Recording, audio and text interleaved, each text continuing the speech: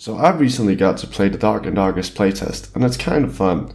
It's still in its early stages and there's a lot of things that need polishing, but I'm having a good time with it. That is, if I'm playing with someone. See, playing this game solo is a painful experience. You will die a lot, and horribly. This of course doesn't necessarily change when playing with someone, but your odds of survival increase by a metric ton.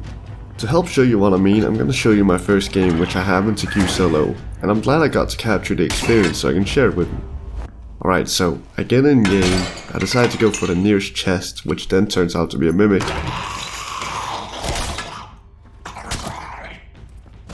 I attempt to dispatch of said mimic as swiftly as possible, and before I manage to do that, two dudes run in and decide to end my suffering by sending me back to the main menu again.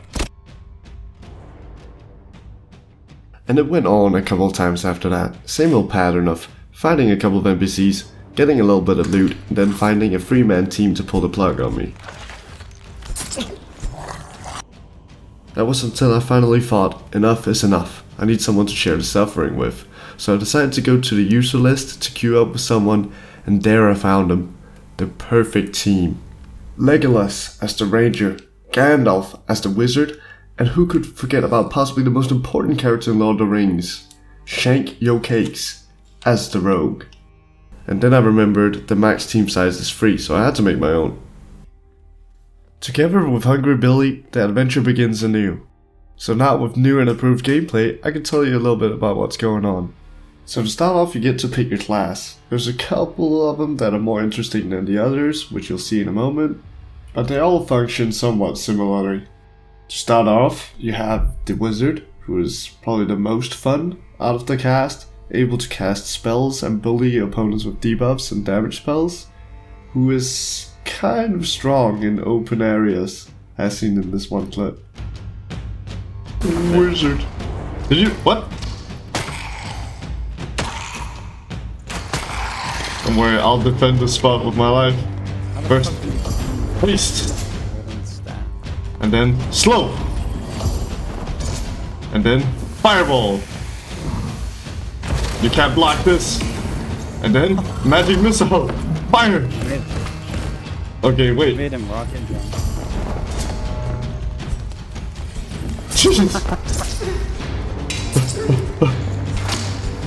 Be quiet. Bitch.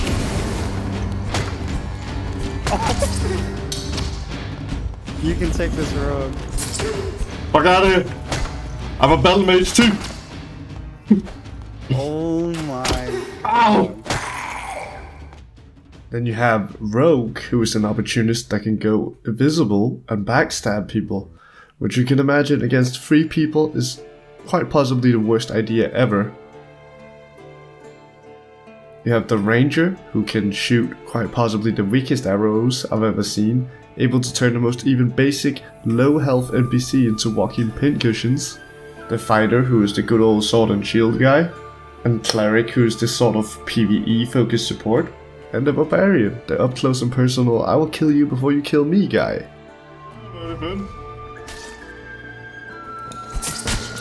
Oh no, I got one. So now that I'm done talking about that, I can talk a little bit about the gameplay. The gameplay is rather lacking.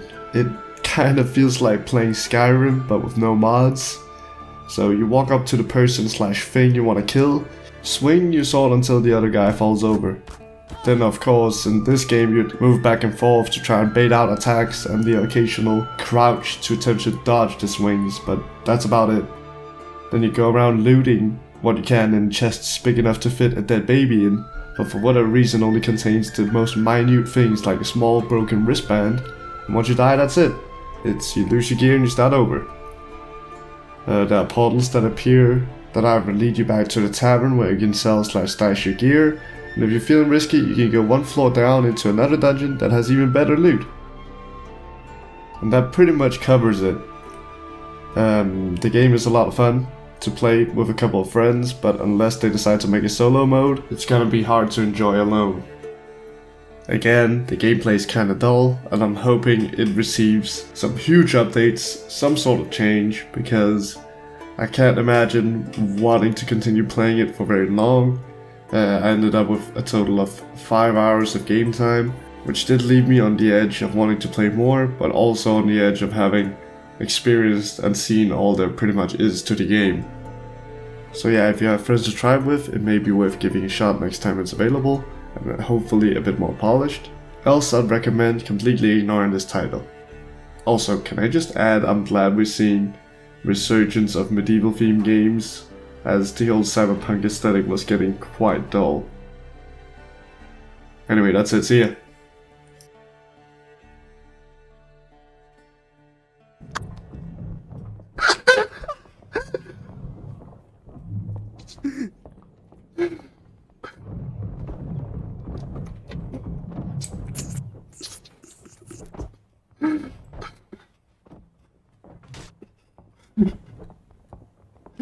I'm crying, dude.